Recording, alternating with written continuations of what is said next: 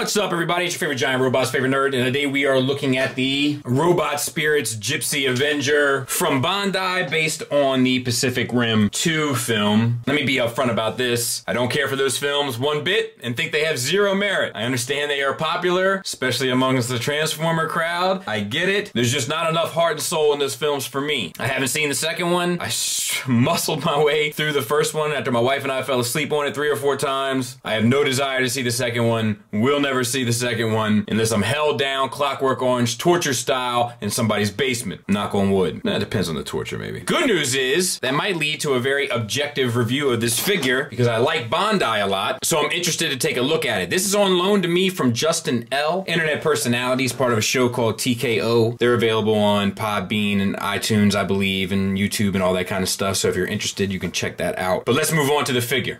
He comes with these two things, types of wings. They're it's funny, there's a little bit of waffles going on up in there, which is interesting.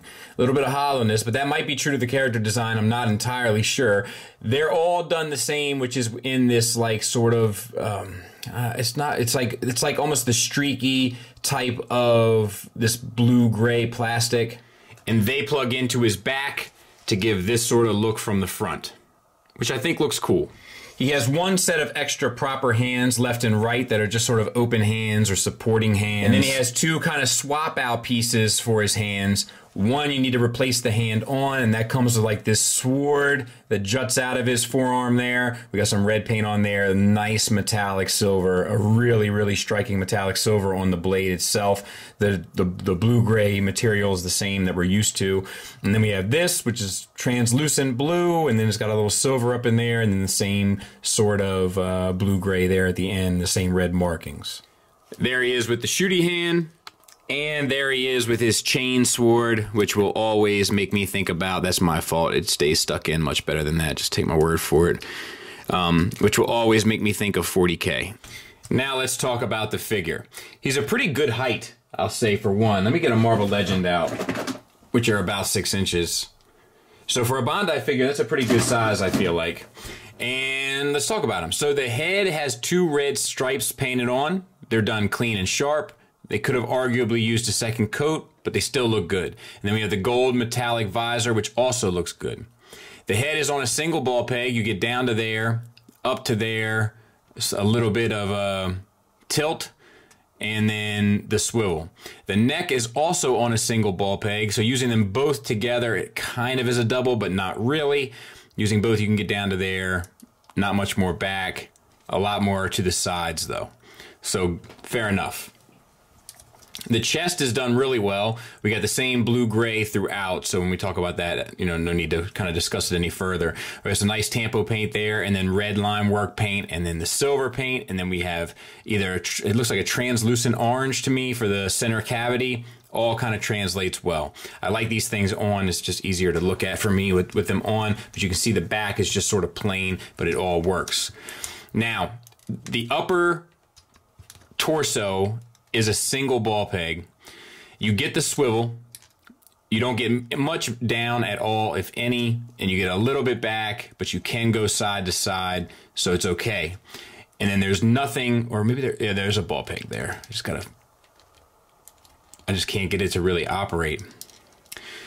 But it connects from this pelvis piece, which connects the ball joints for the hips. It connects into that, but I can't get this one to move at all.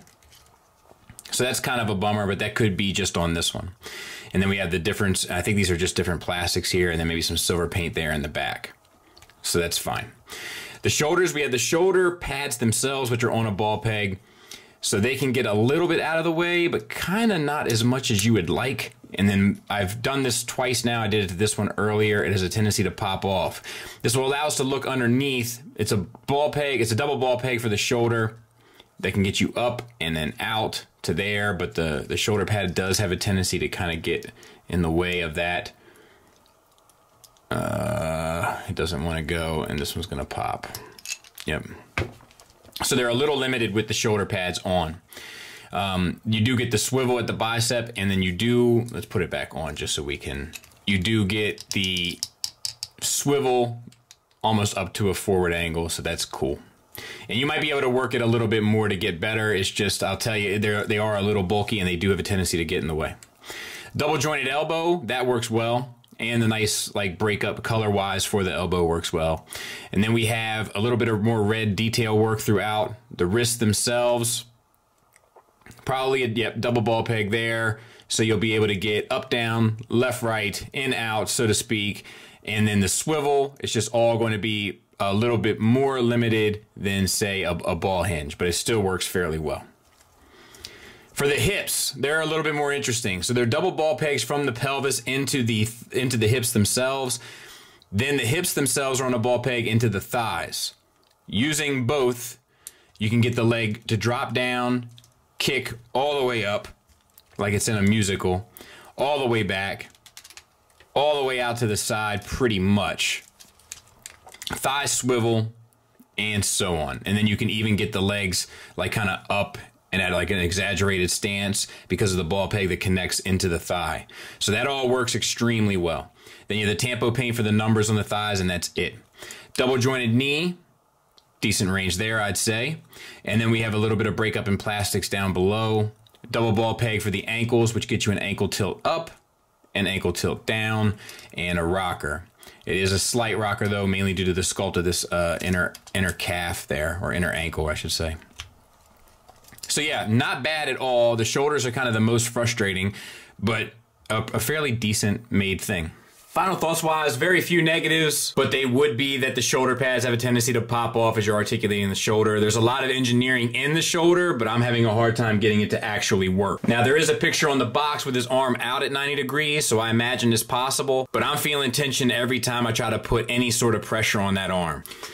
And for normal figures, I would say that it's not even that big of a deal. But this figure has a lot of articulation and it has a lot of playability, so you find it being more of a hindrance than you would on a figure that necessarily wouldn't have those capabilities. I also think I would have liked a metallic finish on the blue-gray, but that may have been asking for a bit much, and I get that. But I wouldn't be honest with myself, nor with you, if I didn't mention it. But the paint is great, the materials are great, the articulation with the exceptions of the shoulders works 1000%. The accessories are cool and make sense and make for a more displayable figure. There's a couple bells and whistles here with translucents and tampos and stuff of that nature. It does have a presence, and I think it is pretty faithful to the design. So it ultimately is a recommend from me. I think it's a pretty well done figure. So thanks to Justin for letting me take a look at it, and thank you for listening. Thanks for watching. Until next time, take care.